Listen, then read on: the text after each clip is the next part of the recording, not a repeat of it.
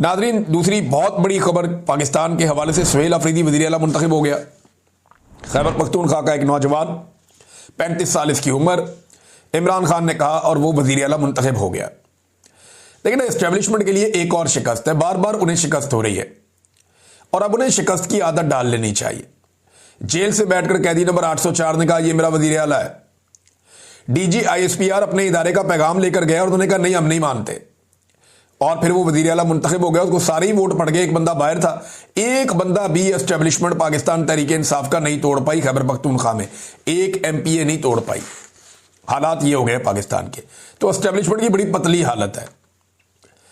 इन्होंने जो पहली तकरीर की उसमें उन्होंने कुछ चीजें बड़ी वादे की। एक तो उन्होंने इमरान खान साहब का नजरिया और उनका बयानिया सारा बताया, एस्टेब्लिशमेंट को बताया कि जनाब रियासत की असल तारीफ क्या है। बल्कि उन्होंने कहा इमरान खान हमारे लिए रियासत है, अगर आप एक इदारे को रियासत बनाते हैं तो।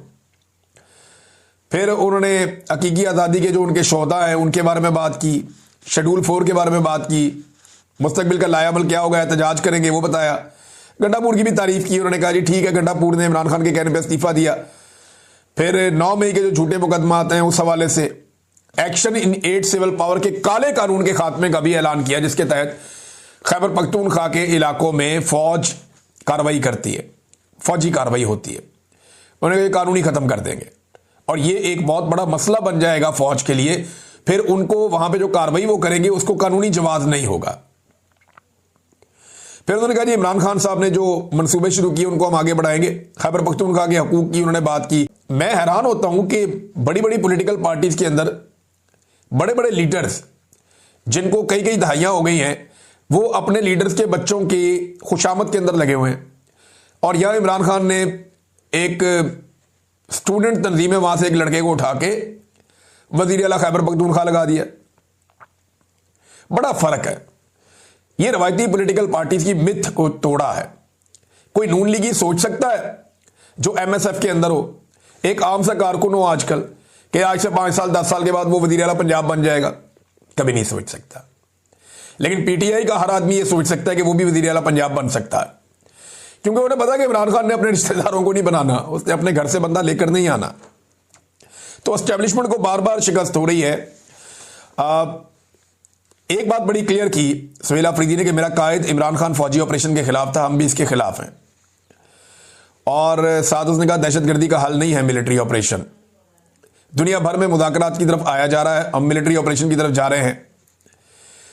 फिर उसने कहा जी कि मैं कबायली हूं और मेरे साथ मुखालफत की गई है। मैं अपने लीडर को पैगाम देना चाहता हूं, लोग सियासत करते हैं लेकिन मैं आपसे इश्क करता हूं। फिर उन्होंने कहा एहतजाजी सियासत का मैं मास्टर हूं और मैं ये करूंगा। फिर अली अमीन गंडापुर की उन्होंने तारीफ की। उन्होंने कहा जो हमारी पगड़ियां उछाल रहे हैं उनकी अपनी लंगोटियां फटी हुई हैं। फिर उन्होंने बताया DG ISPR पे तनकीद की और उस पर वहां पे शेम के नारे भी लगे असेंबली में। उन्होंने कहा जी एक आदमी इस्लामाबाद पिंडी से चलकर आया पेशावर में ये बताने के लिए, लेकिन वो वज़ीर आला तो मुंतखब हो गया। मुंतखब तो हो गया, लेकिन क्या उसे काम करने दिया जाएगा? बड़ा सवाल ये है। फिर साथ ये भी कहा कि आपको अपनी अफगानिस्तान की पॉलिसी पर नजरसानी करनी होगी, ये बहुत इंपॉर्टेंट है। और ये पॉलिसी जो इस वक्त चल रही है वो नहीं है, मिलिट्री ऑपरेशन वाली पॉलिसी नहीं चलेगी। अवाम ही रियासत है और इस वक्त रियासत चेयरमैन के साथ खड़ी है। पाकिस्तान की अवाम रियासत है और रियासत जो है वो इस वक्त चेयरमैन के साथ खड़ी है। हमारे कारकुनों को एहतजाज पर मारा गया। आज भी तहरीक लब्बैक के कारकुनों पर गोलियां बरसाई गई हैं। उन्होंने अपनी पहली तकरीर में तहरीक लब्बैक के कारकुनों के साथ जो जुल्म हुआ उसके खिलाफ आवाज उठाई है। फिर उन्होंने कहा कि अगर खानदान और पार्टी की मर्जी के खिलाफ इमरान खान को इधर उधर करने की कोशिश की तो पूरा पाकिस्तान जाम कर देंगे। यह भी कहा। सुहेल अफरीदी का जो इम्तिहान है बड़ा सख्त है, क्योंकि गंडापुर ने बड़ी जबरदस्त तहरीक का मोमेंटम बनाया और बना के बार बार तोड़ दिया था। अब सुहेल अफरीदी का यह टेस्ट है कि मोमेंटम क्या वो दोबारा बना पाएंगे। अगर दोबारा मोमेंटम बनता है, जो बनता हुआ अब तो दिखाई दे रहा है, तो क्या उस मोमेंटम को वो जारी रख पाएंगे? एस्टेब्लिशमेंट के लिए बहुत बड़ा इम्तिहान यह है कि सुहेल अफरीदी को काम करने से कैसे रोके, क्योंकि ये लोग तो चले गए हैं हाई कोर्ट में चीफ जस्टिस के सामने और वहां जाकर उन्होंने कहा जी गवर्नर हलफ नहीं ले रहा, हमने अपना वज़ीर आला नामजद कर दिया है। और वो कह रहे जी पिछला भी मुस्ताफी नहीं हुआ, हालांकि पिछले ने असेंबली के फ्लोर पे खड़े होकर भी कह दिया, आप अदालत में बुला लें, यहां पे आके भी कह देगा। वो पिछला वाला जो है वो 2 दफा लिख के भी दे चुका है और वो बहाने बना रहा है कि नहीं ये मुस्ताफी नहीं हुआ। ये तो है 5 मिनट का काम।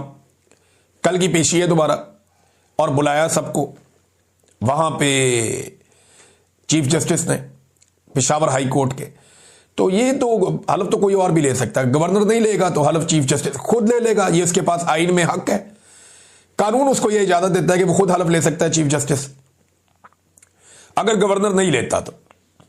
देखिए ना, इससे पहले जब खैबर पख्तूनख्वा में मखसूस नशिस्तों के नहीं हो रहे थे हलफ, तो फिर इन्होंने तरीकाकार बनाया था ना कि जनाब इस तरह करके फलानी जगह पे जाके वहां पे हलफ ले लें अगर यहां नहीं लिए जा रहे तो ये 2 नंबरी इस किस्म की जाती है, पहले भी की जाती रही, हम देखते रहे।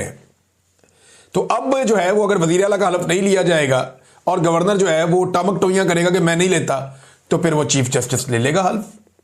इसमें क्या प्रॉब्लम है? लेकिन क्या एस्टेब्लिशमेंट कोई गवर्नर राज लगाएगी या इमरजेंसी लगाएगी? अगर एस्टेब्लिशमेंट ये करना चाहती है तो करके देख ले। वैसे भी तो सारे गंदे काम कर लिए हैं, ये वाला भी करके देख ले, लग पता जाएगा। और मुझे तो अब अंदाजा हो रहा है कि मामला मजीद खराब करने की तरफ जाएंगे, ताकि जितने खराब हालात हों उतना ज्यादा एक्सटेंशन का इम्कान बढ़ता रहता है। तहरीके लब्बैक के एहतजाज में जो हुआ उसकी माजी के अंदर मिसाल बहुत कम मिलती है।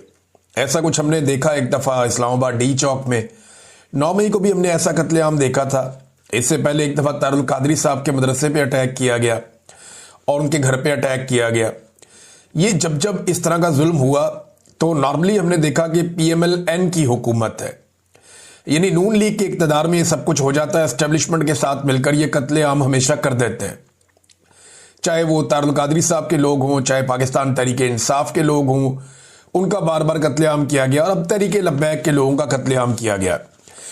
ये सारा कुछ जिस तरीके से हुआ है, जब हालात वाक़ियात हम देखते हैं और तहरीके लब्बैक की जो बाकी बची हुई क़यादत है उनसे रब्ता करते हैं, तो पता चल रहा है कि ये उन्हें ट्रैप किया गया है।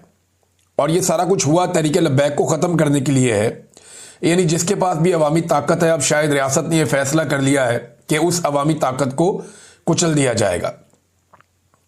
साद रिजवी और उनके भाई के बारे में अभी तक कोई इतला नहीं दी गई। हुकूमत ने अभी तक नहीं बताया, जब मैं ये वीडियो रिकॉर्ड कर रहा हूं, कि उन्हें गिरफ्तार किया गया है, किस जगह रखा गया है, वो जख्मी हैं या जख्मी नहीं है। क्योंकि कुछ लोग दावा कर रहे थे तहरीके लब्बैक के कि साद रिजवी को गोली लगी है, जबकि ऐसी कोई वीडियो या तस्वीर मौजूद नहीं थी। हाँ, एक वीडियो मौजूद थी जिसमें साद रिजवी को गिरते हुए दिखाया जा रहा है कि शायद वो बेहोश हो गए थे। और लेकिन पाकिस्तान तहरीके लब्बैक के जो लोग हैं वो ये दावा कर रहे हैं, तहरीके लब्बैक पाकिस्तान के, कि साद रिजवी को भी गोली लगी, उनका भाई भी जख्मी हुआ है। लेकिन इसकी तस्दीक नहीं हो सकती, क्योंकि दूसरी जानिब कुछ जराए ये भी कह रहे हैं कि वो जख्मी नहीं हुए, बेहोश हो गए थे, लेकिन उन्हें गिरफ्तार कर लिया गया है। कोई 25-30 के करीब लोग पहुंचे थे सिक्योरिटी फोर्सेस के, उन्होंने घेरा डाल के अचानक सुबह के वक्त ऑपरेशन तेज किया था और वहां से जो मरकजी क़यादत है उन्हें गिरफ्तार करके ले गए।